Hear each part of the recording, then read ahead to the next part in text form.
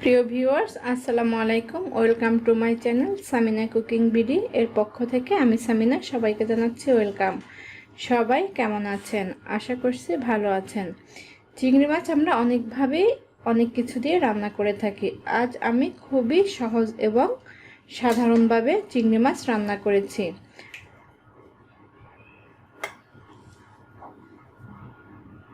আর সেটা আপনাদের সাথে শেয়ার করব। আমি এখানে কোনো ধরনের মশলা ব্যবহার করিনি। তাহলে চলুন রান্নাটি আপনাদের সাথে শেয়ার করে নিচ্ছি।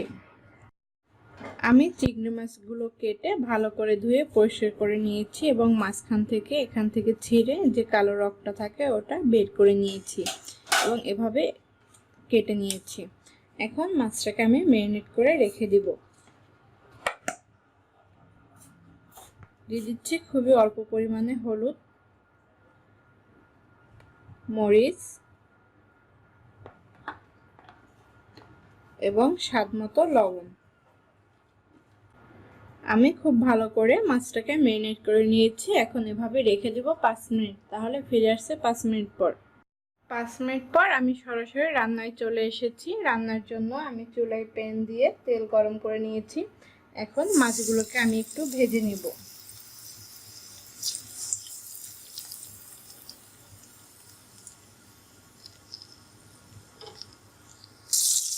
মাছগুলো আমি একটু ভালো করে ভেজে নিয়েছি।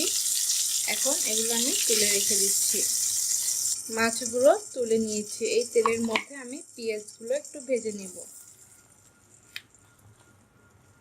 আমি একসাথে দিয়ে দিচ্ছি খুবই অল্প আদা রসুন পেস্ট।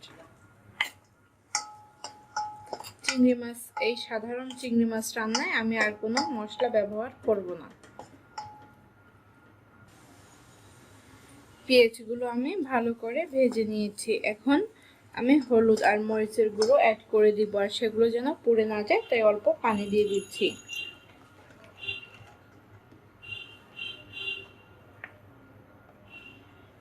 দিয়ে দিচ্ছি 1 টিস্পুন মরিচ গুঁড়ো,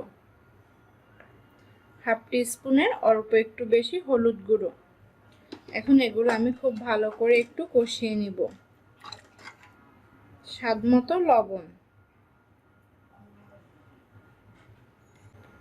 আমি মশলাগুলোকে খুব ভালো করে কষিয়ে নিয়েছি এবং এটা কষাবার সময় আমি একটু বেশি পরিমাণেই পানি দিয়েছিলাম, যেন এই মশলার মধ্যে বা পানির মধ্যে আমি মাছগুলোকে একটু কষিয়ে নিতে পারি।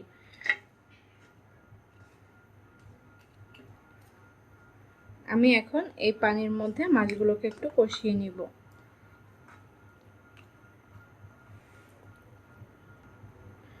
মাছ আমি কষিয়ে নিয়েছি। এখন ফাইনাল রান্নার জন্য আমি পানি অ্যাড করে দিচ্ছি। আমি মশলাও ভালো করে কষিয়ে নিয়েছি, মাছ ভেজে আবার কষিয়ে নিয়েছি, তাই আমি এখানে এতটুকু পানি রান্নার জন্য ব্যবহার করব। দিয়ে দিচ্ছি কিছু টমেটো।